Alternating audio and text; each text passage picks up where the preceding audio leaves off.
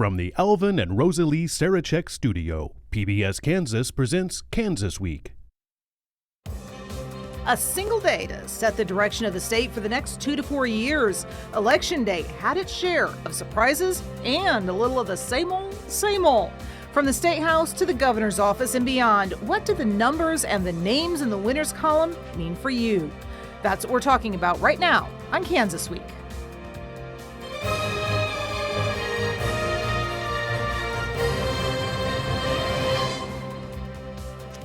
Good evening, I'm Pilar Pedraza, and this is Kansas Week. On Tuesday, Kansans had their say, and they had a lot to say at the ballot box. For one, they decided by a slim 14,000 vote margin to give Laura Kelly a second term in the governor's office. KAKE's Jackson Overstreet takes a look at the governor's plans for her next 4 years. What was an early celebration for Governor Laura Kelly's campaign late Tuesday night before the race for governor was called has turned into the real deal Wednesday, as Kelly has been reelected for a second term. I believe today that Kansans truly did vote to keep our state moving forward. Full steam. We will not go backward. The governor struck a moderate and collaborative tone both Tuesday night on stage and in a statement about her victory on Wednesday. In Kansas, we've always valued character and hard work over political party or ideology. Kansans want to know who you'll work with, not who you'll work against. Her opponent, Attorney General Derek Schmidt, also released a statement Wednesday congratulating the governor on her, quote, apparent win. Schmidt says all votes still need to be counted, but added, quote, it seems unlikely those will be sufficient to close the remaining gap. So absent any unexpected development, it appears this race is over. The governor is now looking ahead to what her second term could look like, saying in a statement, these next 4 years are about taking Kansas to the next level. Kansans voted for strong schools, for economic growth, for balanced budgets. And yes, they voted for a woman's right to make her own healthcare decisions. Now you'll notice that all the sound in that piece is from Kelly's speech Tuesday night. She has not responded since Election Day to requests for media comment. Joining us on the desk today to help just break down what all of this means to you and me, we have John Wright, news director at KQAM Radio, and Diane Leffler, opinion editor at the Wichita Eagle, and here by Zoom, political analyst Dr. Michael Smith from Emporia State University. And Michael, I've got you there. I'm going to start with you. 14,000 votes, that's not exactly a mandate or an overwhelming majority. What does this mean for term 2 for Kelly and her ambitions? I think it will actually be pretty similar to term 1. One thing that's interesting about that margin, it's a little bit less than the number of votes that independent candidate Dennis Pyle received. So Pyle appears to have cost Schmidt the governorship. And in terms of Kelly, she has never had a majority in the legislature. In fact, it's supermajority Republican. It still is, although the Democrats made some good wins, but it's still supermajority Republican. She is still going to have to govern with a Republican attorney general and a Republican supermajority in the legislature. Talking about a Republican Attorney General Chris Kobach winning his race against Chris Mann. Diane, we've been through Chris Kobach before with the Secretary of State. We know he's very upfront about what his aims and goals are. I can see some major clashes coming. Oh yeah, I think it's going to be one clash after another, although probably he'll wind up clashing more with the federal government than he will with the governor. He has already announced plans to basically create a unit just to sue the federal government over things, and that can just open up a whole mess of problems. But Chris Kobach is going to be Chris Kobach, and you know, frankly, I was surprised that he only won this race 51 to 49% over a guy, Chris Mann, who literally no one had ever heard of before this election started. Talk about not having a mandate. Yeah. Yeah, exactly. Or very much of a platform that most of the voters would have expected to hear about. And here's Kobach. He's all but wearing a MAGA hat And so you put him in that position so you know what you're going to get. So if there's a pushback, blowback, and people are getting despondent, they're getting angry over his moves, well, this is what you asked for, so this is what you're going to get. And what's interesting to me is they knew more about the president and his itinerary and values more so than their opponents. That's all I ever heard was national. But what about Kansas and what the registered voters want to see happen, even if it comes to the law, because that's a serious situation when you find yourself in front of a judge or a big legal case and you have to state your case and there's no one to have a voice heard from your community. So. Yeah, talking about that, I mean, we've dealt kind of with some of those before with candidates who became various elected officials and had a very specific kind of national agenda and brought headlines to Kansas that maybe not the best. Oh, I'm sure Joe Biden is just scared. Shaking in his boots. Yeah, I mean, he's going to have, sarcasm sign. He's going to have Chris Kobach, on his tail. And, it's just, I mean, the thing is, Chris is a politician. Chris Kobach is a politician who occasionally practices law. And his track record is not very good at doing that. So I think we're going to just see a lot of red meat thrown to the base, and we'll be paying for it. We always do. So there it is. Well, looking at some other issues there as far as Kelly winning, Michael, when we look at a second term for Laura Kelly, she has been fairly upfront when I spoke with her during the campaign that, I'm a lame duck now. I'm not running for re-election again, so I can push for some things a little bit harder maybe than I have. You said that you thought we might see a lot more of the same, but perhaps maybe a little bit sharper edges this time around, especially when it comes to things like Medicaid expansion and food taxes. I agree. I think the food tax thing is pretty much settled, and if the economy does cool down as predicted, it might not be a good time to accelerate tax cuts. Although there have been times in Kansas history when that didn't stop the legislature. But Governor Kelly, I think, would be opposed to that because so much of her reelection campaign was based on responsible fiscal management. So I think the food sales tax gradually tapering off is kind of baked in. But I do agree with you, Pilar, about the Medicaid expansion.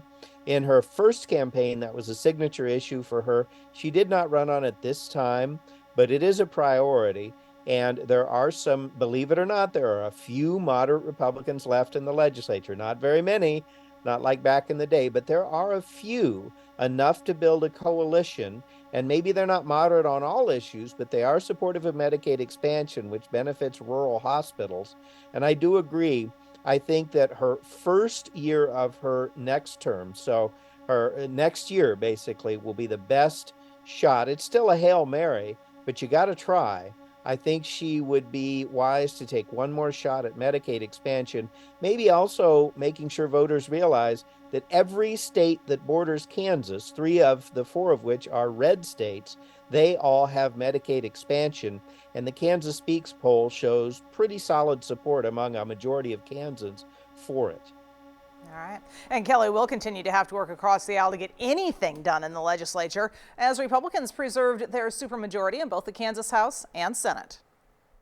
The Kansas Reflector reports that unofficial results from Tuesday show Democrats managed to oust one incumbent state representative from Johnston County, but fell 2 seats short of toppling the GOP's supermajority lock on power in the House. Republicans will still have an 85-40 advantage there for the next 2 years.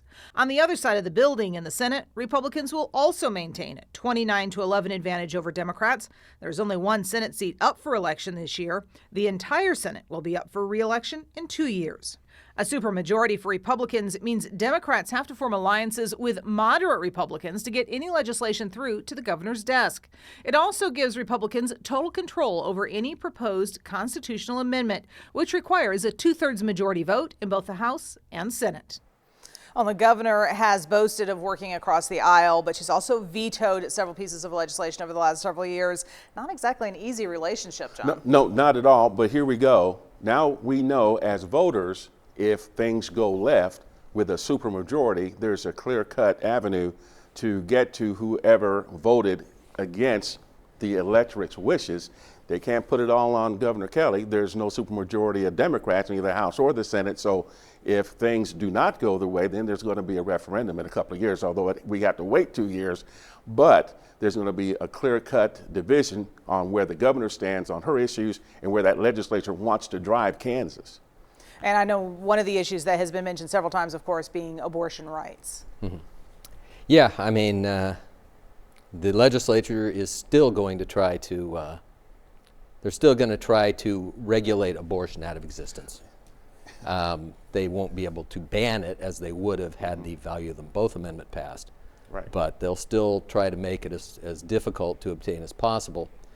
The other thing, too, and I think this is significant, is that ballot measure, question 1, that would have basically stripped the regulatory agencies of their authority and given that to a majority of the legislature.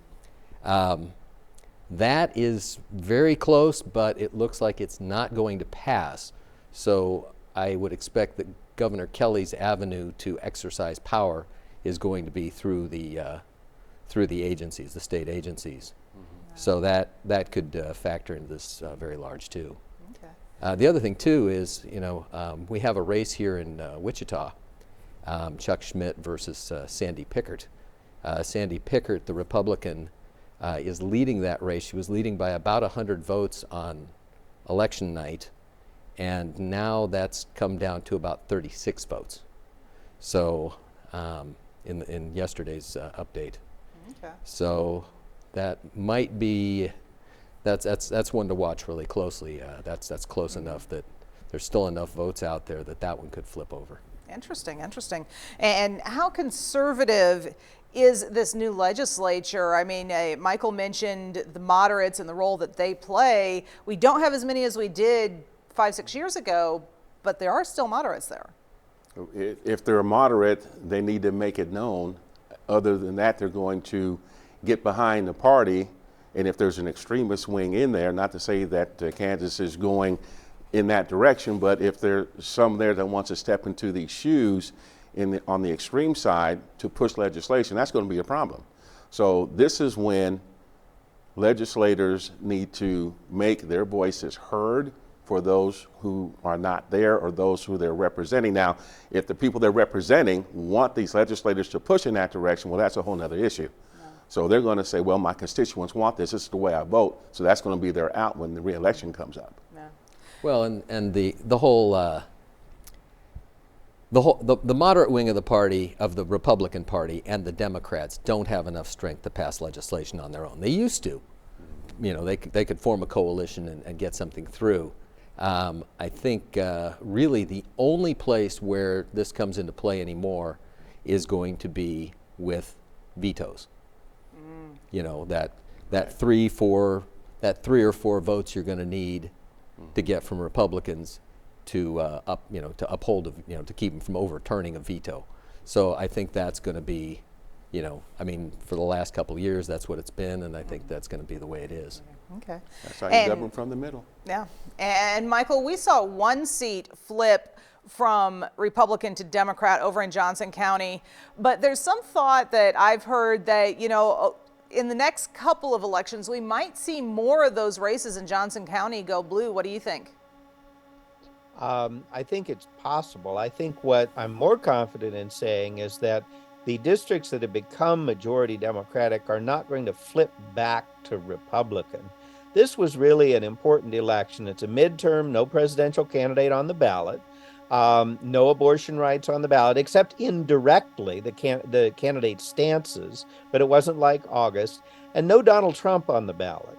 And so if Johnson County was going to revert back to being purple or even a little bit red in the post-Donald Trump era, it would have happened, I think, or at least we would have seen signs of it, hints of it in this election.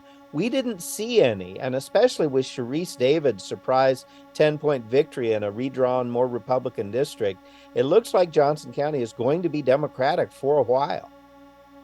Well, after Kansas voters turned down an amendment that would have ended protections for abortion, the state Supreme Court found in the Kansas Constitution some Republican candidates urged conservatives to vote out the Supreme Court justices who are up for retention votes. That effort failed. The Kansas Secretary of State's preliminary election results page shows all 6 state Supreme Court justices up for retention votes this last week, 1 with more than 60% voter support. That included 2 who voted in favor of abortion rights, Daniel Biles and Marla Luckert. Advocacy group Keep Kansas Courts Impartial said, quote, "We applaud the voters of Kansas for their wisdom. Kansans have sent a clear message that they want the judicial branch of government to remain impartial and free from political pressure and interest groups." So, Michael, I'm going to start with you on this one. Is that really the case? Kansans voted that they wanted to keep courts impartial, or is it more a case of Kansas just don't pay attention to judges that much? You know, there have been other attempts to non-retain judges.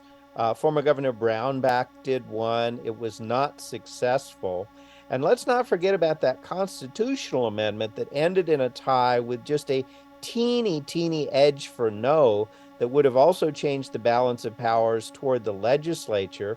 Kansans don't like it when people go messing with the separation of powers. And often we see that in Kansas Speaks, that the branch of Kansas government that has the highest public approval is the courts, possibly because it's viewed as being the least political. Yeah, as Michael just mentioned there, we have seen a couple of efforts in recent years before this to overturn retentions or non-retain Supreme Court justices. Is this the last time? Are we done with this, or does it keep happening? Oh no, it keeps happening forever. This is never well, it's never going to end until they pass the constitutional amendment that they want to pass, which would change the way that judges are selected. Judges are selected right now through a merit system.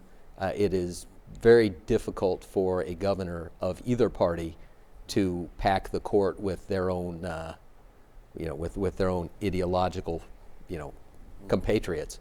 So, and maybe that's the way it's meant to be, so that the decisions are clear and cut and not ambiguous or in a gray area where you can look through the glass and is it half empty or is it half full? So, and that's an area where things need to be clear in the courts. Now, you may not like it, but it definitely needs to be clear. So if you're involved in one of these constitutional questions or something of your interest, then you have to know where you can have your best advantage in making your case to win one of these eventually.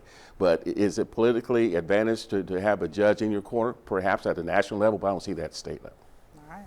Well, one of the questions on Tuesday's ballot that might have the most impact on Kansas in the next year didn't even happen in our state.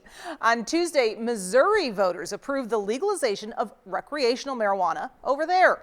KAKE's Jackson Overstreet takes a look at how this vote could impact the debate over medical marijuana here in Kansas. The Health Connection has been open in Wichita since 2018. Teresa Hammond opened the CBD store after her husband started using the product to help his COPD. We see people every day that are suffering with high blood pressure, anxiety, Crohn's, cancer. Hammond says while she helps as many people as she can, there are several that she has to turn away because they need something stronger. Access for medical marijuana, which would help a lot of people we see every day. That's why Hammond was watching what happened across state lines in Missouri Tuesday night. The state's voters passed recreational marijuana, and others took notice as well. We're very happy for the people of Missouri. Amy Reed is the president of the Kansas Cannabis Coalition, a nonprofit that supports marijuana law reform in the state. She says Missouri's vote just adds to the momentum the coalition has to lobby for medical marijuana. And it's not right, really, to have people on one side of the river in the Kansas City area to be legal patients and people across the river to be criminals. So right now, where does the state stand on a potential medical marijuana bill? I think a lot of the opponents have now come on board with they're still opposed, but they understand eventually this is going to happen. Nick Hoheisel is a state Republican legislator and a member of the Special Committee on Medical Marijuana that has been meeting over the last few weeks. He says its work on crafting a bill for next session has made a lot of positive progress. The goal was to have legislation ready and prepared that we could introduce the first day of session next year. And we, of course, all have heard from Kansans who have been very vocally upset that it's taking Kansas so long to move on this issue. Oh yeah, I mean, you know, Gail Finney was the one who really brought this to the forefront, and she died before it happened. Wow. And that may have helped her. I don't know the details of her passing, but that might have been an avenue for her to explore. Well, I lost both my parents to cancer. I lost one of my parents to cancer. And when they were going through that, I really wished that I could, that I even knew where to buy marijuana, because I would have, whether it was legal or not. It kills pain and it makes you hungry, and those are the two things that, you know, that are needed by cancer patients. I have friends in low places. You should have called me, but anyway. Okay, some things probably shouldn't be discussed on the show. But in all seriousness, it's, as I mentioned before we started the show, Kansas is going to trail behind, just like we did on gambling, just like we did on horse racing and betting on dog races. How long is it going to take for humanity to kick in and say, we have people that are suffering, we have people in need, let's do the right thing. Let's approve this. It's over in Missouri. Are folks going to run across the line to get it, then come back and they're criminals as stated in the piece? Or are we going to make it legal where everyone that needs help can get it in some way, shape, or form? And I don't think they're going to make it legal. Okay. I think they're going to tie it up in so much regulation and so much, you know, you can have this but not this, that it's really not going to make any difference. And one thing, if it's financially advantaged, they're going to make it legal. Because look how much money is being, well, whether illegal sales or legal sales, there's money that's flying out of the state. Okay, we've got a 50-50 here. Michael, you're the tiebreaker. Do we finally see this legalized in the next session? We know the House will do it. They've actually approved a medical marijuana legalization, but the Senate's been the stumbling block so far, and there's really no change in the Senate because senators weren't up for election. There was one race on the ballot because of a death, and that's it. Kansas elects all senators in presidential election cycles, which is unusual. You know, I study Missouri politics too, and it's so interesting. Missouri's become such a red Republican state when party labels are on the ballot statewide. But on ballot initiatives, often progressive positions pass. And now we have medical marijuana coming in Missouri. The largest metropolitan area that lies partly in Kansas is the Kansas City area. There will be people going across the state line. Hopefully they won't use the product, but technically, use the product and drive, I mean, but technically they cannot bring it back home and use it at home in Kansas. So just that mess that causes could put some pressure on the state Senate to move. But again, in Missouri, it passed by ballot initiative. It didn't pass the General Assembly. A lot of conservative Republicans do still oppose it, and Kansas does not have the ballot initiative. And we're seeing something similar happening down in Oklahoma. They've got recreational marijuana on the ballot in a couple of months. So that problem that we've already seen happening at the Colorado state line, now the Oklahoma state line and the there's growing Missouri operations that are being invested in Oklahoma, Colorado, and Missouri. So there's money being made. And again, I say, if Kansas needs a quick influx of revenue, that is the most certain way to get it. All right. Well, we're going to let that be the last word there, because finally today, Republicans swept all 5 state Board of Education seats on the ballot this week, shifting the board further to the right. The Kansas Reflector reports the State Board of Education has been the center of fierce debates over critical race theory, gender and sexual curriculum, and other hot-button education topics recently. All 5 of the winners on the general election ballot for the state board were Republicans. 3 of the 5 were Republicans who are running unopposed. The 2 contested races were both in Northeast Kansas, and both centered around issues of transparency and parents' rights. So, Michael, what sorts of changes might we see coming out of this shift to the right on the State Board of Education? I think we will see some changes for sure. I am rather concerned about this. I think it's a no-brainer that they're going to go after diversity, equity, and inclusion education, which is often mislabeled as critical race theory. and that they're going to go after LGBTQ plus inclusivity, particularly regarding transgender children. I think that's a no-brainer. But my concern is the micromanagement of teachers. We have teachers quitting. They're nowhere near retirement age. And we can't educate up more teachers at Emporia State and the other universities fast enough to fill those vacancies. It's particularly bad in rural areas. And I hope these new school board members understand that the more you micromanage teachers, the more they quit. And we're not producing new teachers fast enough to fill those slots. Yeah, that retention, a problem that the State Board of Education looked at a month or so ago. They're losing teachers before the 3-year mark at an incredible pace. Yeah, and well, I mean, you have to really wonder if they want to keep the teachers. And I don't think that they actually do. I think they want to basically offend the teachers that we have into leaving the profession so that they can replace them with untrained people who are more pliable for their political beliefs. And see, there it is. Here comes politics mixing with education to the forefront. There are teachers that have put their life, energy, sweat, blood, and tears into these students, and to have someone less qualified come in. There is a role for mentors. There is a role for community in schools to help educate, but you have to have a teacher that has been through the wars, been through the battle, seen it, has experience to help the children, because they see the changes over the years. And well, you know, we're old dogs in the game, but it's not the same as it was back in the 70s, 80s, 90s. It's a whole new deal out there now, and these teachers need all the help they can. And it's a shame that some are being forced to leave because of the lack of support. But here in Wichita, we've seen some things that we would rather not see, but it's not due to lack of effort among the teachers, but these outside voices are trying to shape and force these folks out of their jobs. Yeah. And that's certainly a discussion that we're going to be hearing a lot more of as the months and years ensue, I think. Yeah, I mean, well, I think what we're going to see is we're going to see a big push in this legislative session for vouchers, private schools, you know, school choice. I'm already hearing it from Kansas Policy Institute. They're pushing real hard for that. It's, you know, that's going to come up. And I hope they keep the diversity out there. You have to have that as part of the education process. All right, and we're going to let those be the final words today. Thank you so much for joining us once again, Diane, John, and Michael. And thank you for watching. We'd also like to extend our thanks to our media partners at KSN News, the Wichita Eagle, and Cake News for sharing their materials with us. For now, stay safe and have a great week.